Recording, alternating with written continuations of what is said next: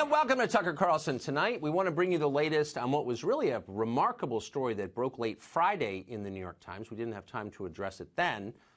According to what are apparently high-level sources within the Department of Justice, in 2017, the FBI secretly began an investigation into whether the president is, in fact, a Russian agent. The FBI apparently believed that President Trump could be a one-man sleeper cell, personally taking direct orders from his handlers in Moscow and working from within the Oval Office to subvert this country.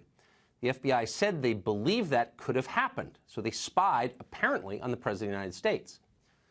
Well, shocking doesn't even begin to describe this story. Nothing like this has ever happened in this country. These allegations are literally without precedent. That is not overstatement. And by the way, the allegations are not true. The FBI did not find that Donald Trump is a Russian agent. No charges were ever filed against him. None will be. But an equally important question remains unanswered.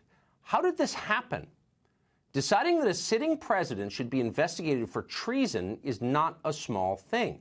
Officials within the FBI had to push for this investigation and then marshal evidence to justify it. Leaders at the very highest levels of the agency had to sign off on the whole thing. All of that happened. But on what grounds exactly? That's what we would need to know in order to understand this. Well, thanks to the Times story, we have some sense of the answer. And if you're imagining a secret transmitter covered in Cyrillic script discovered hidden in the Lincoln bedroom, no, think again. There were no cloak and dagger clues in this case, apparently. The FBI assumed that Donald Trump might be a Russian agent not because of anything he did in secret, but because of things he said in public, very public, standing on a stage, on camera, while running for president. Here's one of them. There's nothing I can think of that I'd rather do than have Russia friendly as opposed to the way they are right now. Wouldn't it be nice if we actually got along, as an example, with Russia? I'm all for it. That was then-candidate Trump speaking at a press conference in Florida at Doral in July of 2016. According to the FBI, the words you just heard are evidence that Trump may have betrayed this country. That's their view. But there's another way to look at those words. Maybe Trump is right. Russia, is a nuclear-armed power on the other side of the planet. It does not have the power to invade the United States. It can't close international shipping lanes. It does not seriously threaten our key allies like Japan or Great Britain. Is there some reason, then, that we should inherently be in conflict with Russia? Is there, moreover, vast public support in this country for fighting a proxy war in Syria with the Kremlin? And how many American parents are anxious to send their kids to die for the territorial integrity of Ukraine, an issue that we're supposed to think is very important? Well, outside a few neighborhoods in Washington, not very many people, it turns out. So Trump did raise a fair question at that press conference in 2016. In Washington, saying that out loud is considered treason. Vladimir Putin policies almost being parroted by Donald Trump. You had Trump say only nice things about Putin. He never spoke ill about Russia. Never spoke ill about Russia. That's the evidence a United States senator holds up to prove that the president may be working for our enemies. So maybe Trump does like Russia. Who knows? By the way, he's allowed to if he wants to. It doesn't make him evil. It just means he disagrees with prevailing orthodoxy in D.C., and that's okay. We're supposed to have spirited debates over questions like this, but no longer. Policy differences are now criminal offenses. Today on CNN, professional dumb person Max Boot listed 18 reasons that the president may be a Russian spy. If you looked at the reasons, a lot of them turned out to be political positions that Boot just doesn't agree with. Firing Jim Comey, pulling out of Syria, criticizing the European Union. And this is our favorite one. We're quoting, supporting populists. So the Permanent War Caucus in Washington has succeeded in criminalizing dissent from their agenda.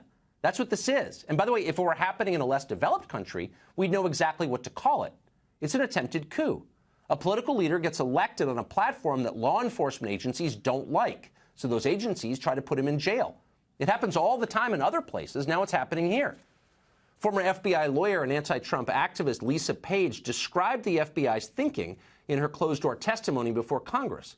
Russia is the most dangerous country in the world, Page reportedly said, because Russia works to, quote, weaken our ability, America's ability, and the West's ability to spread our democratic ideals, end quote.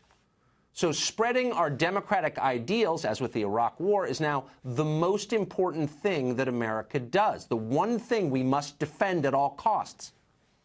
When did FBI lawyers start talking like neocon propagandists? No wonder Max Boot is on board with this. Our entire media and political classes are with Max Boot and Lisa Page, too. They have lost their minds. This past September, NBC News breathlessly reported that Russia was using, quote, sophisticated microwaves to cause brain damage to U.S. diplomats in Cuba. No surprise there, really. It sounds like something those dastardly Russians would do just because. Well, now, months later, scientists have determined that the Kremlin probably didn't have anything to do with that. The real culprit? Noise from crickets. And by the way, not even Russian crickets. Indies short-tailed crickets. Non-Slavic crickets. Whatever. The media didn't correct the story. They ignored it and they moved on. They know who the bad guys are. Evidence does not deter their storyline. Russian espionage is so widespread, in fact, that the act of denying that you spied for Russia is now confirmation that you did. Watch. Well, Christy, the president's tweet trying to make the case that he's not a Russian asset really just undercuts his own defense. The president's tweet couldn't have been scripted better if it was written by Putin himself. Someone has to have told the president that undercutting the FBI, insulting past presidents and members of the U.S. government, and criticizing their actions to keep us safe is really advancing Russia's mission. Our own intelligence community has said that those very things are exactly what Russia is after. So in the president's response, he's really just making Russia's job easier. You say you're not a Russian agent, therefore you're a Russian agent. Who puts these people on TV? That's a question we should think about. Over the weekend, speaking of television, CNN President Jeff Zucker declared that anyone who isn't spreading fear of Russia is doing the bidding of Russia. Zucker didn't say that himself, of course. He rarely speaks in public. Instead, he sent his marionette out, as he often does, to deliver the message. I was watching Good Morning America this weekend, and both mornings they led with snowstorms and scares at malls and other stories, and not this. And I just keep wondering if the public is ill-served if we don't make it really clear what the stakes of this story are. How can a morning show not lead with this drama, I guess is what I'm saying. I think plenty of times we lead with this drama. On cable, I agree. So the eunuch heads to the steps of the palace and reads the proclamation. Message received. Thank you very much. But take 3 steps back. Is the media's problem really that it doesn't talk about Russia enough? Doesn't seem like that's the problem. Whether the president was working for Russia. Whether Donald Trump was secretly working on behalf of Russia. Whether Trump was secretly working on behalf of Russia. Whether President Trump was secretly working on behalf of Russia.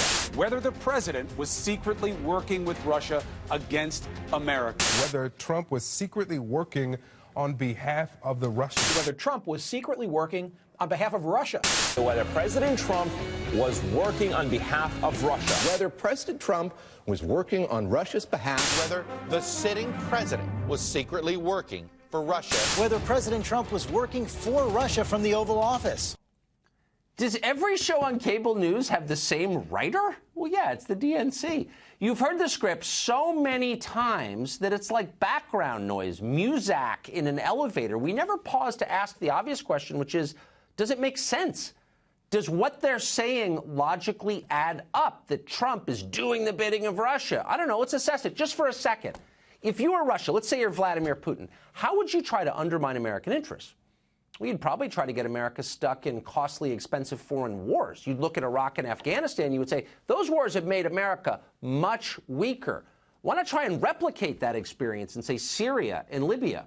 You might encourage America to do that. You might also encourage the U.S. to adopt a self-destructive energy policy.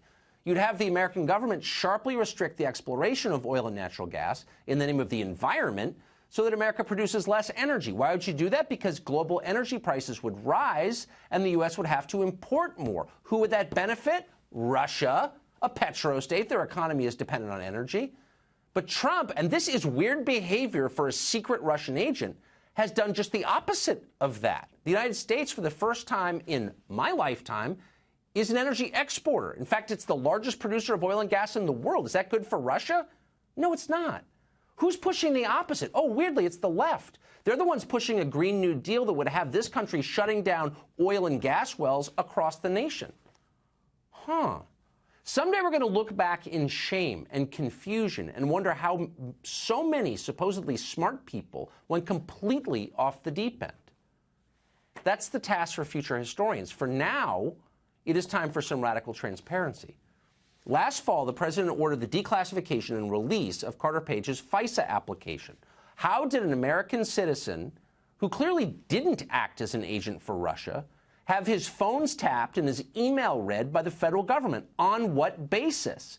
We have a right to know that. We still don't. So the president ordered it. He also ordered the unredacted release of all text messages related to the Russia investigation sent by Jim Comey, Andrew McCabe, Peter Strzok, Lisa Page, and Bruce Orr, the FBI officials. Well, instead of releasing them, the Department of Justice dithered for reasons that were never really clear. The president got distracted, and we've never seen those documents. It's obvious at this point that the reason for not releasing them isn't protecting American national security. They just leaked the information about the FBI investigation to the New York Times on Friday. Clearly, they have no problem leaking information when it helps them. They haven't been released because those documents might embarrass the FBI. This endless shadow investigation has caused vastly more harm to this country than any Russian Facebook ad. The president should order the declassification of all documents related to this. It's clearly an abuse of federal power. If you want to restore confidence in the federal government, bring in some sunlight. Tell the DOJ to do that. And if DOJ personnel refuse to do that, fire them and replace them with people who understand that they serve elected leaders, which is to say the electorate, which is to say voters, the people, and not the other way around. The president appears afraid to do this. He seems to be intimidated by his own lawyers. But why? What can official Washington do to him now? Call him a Russian agent? Plan to impeach him? Too late. They already have.